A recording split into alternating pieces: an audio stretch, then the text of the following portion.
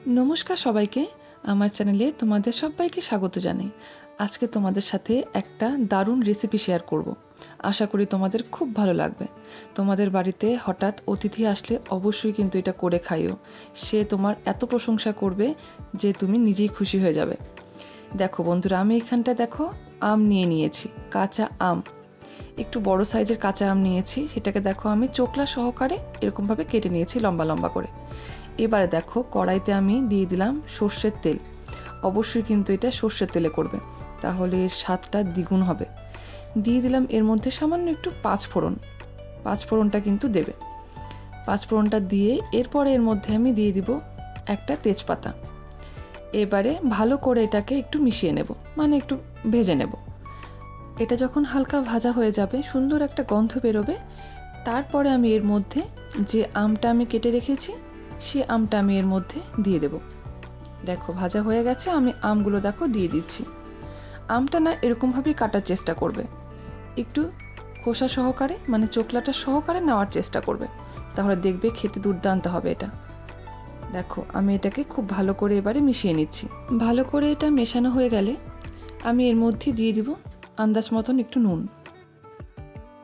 নুনটা দিয়ে আবারও খুব ভালো করে এটাকে নেড়ে নেব। নুনটা দিয়ে মেশানো হয়ে গেলে এর মধ্যে দিয়ে দিব সামান্য একটু হলুদটা দিয়ে আবার খুব ভালো করে দেখো মিশিয়ে নেব। দেখো হলুদটা দেওয়া হয়ে গেল, আমি কিন্তু হাফ চামচের মতন হলুদ দিয়েছি। এবারে খুব ভালো করে দেখো আবারও মিশিয়ে নিচ্ছি।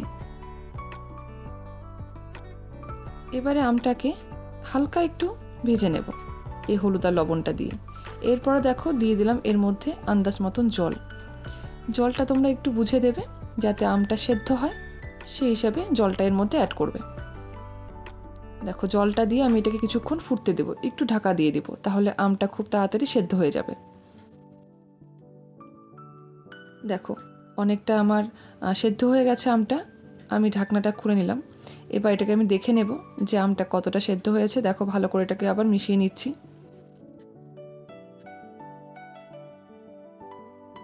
আমটা আমার অনেকটাই সেদ্ধ হয়ে গেছে, আর কিছুক্ষণ কিন্তু এটাকে ফুটতে দিতে হবে। এরপর দেখো বন্ধুরা, আমি এর মধ্যে দিয়ে দিচ্ছি মিষ্টির শিরা। আমার কাছে বেশ কিছুটা মিষ্টির শিরা ছিল, সেটা আমি এর মধ্যে দিয়ে দিলাম।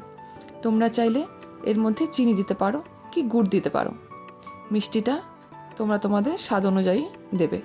আমি এখানটায় মিষ্টি শিরা ব্যবহার করেছি।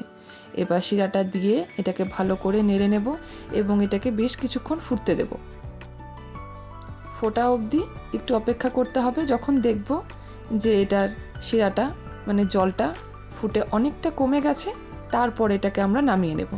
দেখো এটাকে ফুটতে শুরু করে দিয়েছে। আমি এর মধ্যে একটা মশলা ব্যবহার করলাম, এর মধ্যে আছে শুকনো লঙ্কা আর মৌরি, দুটো আমি গুঁড়ো করে নিয়েছি। ভালো করে ভেজে এটাকে গুঁড়ো করে নিয়েছি, সেটা আমি এখানটায় 2 চামচ ব্যবহার করলাম। এটা কিন্তু অবশ্যই দেবে, খেতে দেখবে কি দুর্দান্ত হবে। দেখো ভালো করে এটাকে এবারে মিশিয়ে নিচ্ছি, কিছুক্ষণ ফুটতে দেব, বাস রেডি হয়ে যাবে আমাদের এই আমের টক বা আমের চাটনি। এই আমের টক বা চাটনি খাওয়ার শেষ পাতে একবার খেয়ে দেখবে, অমৃতর মতন লাগবে, এতটাই ভালো লাগে। আমার তো ভীষণ পছন্দের। তোমাদের কেমন লাগে আমাকে জানিও, আর তোমাদের ভিডিওটা কেমন লাগলো সেটাও কিন্তু আমাকে জানাতে ভুলো না। যদি ভিডিওটা ভালো লাগে প্লিজ লাইক কমেন্ট শেয়ার করো। নতুন বন্ধু হলে বরাবরের মতন প্লিজ সাবস্ক্রাইব করে পাশে থেকো। ধন্যবাদ।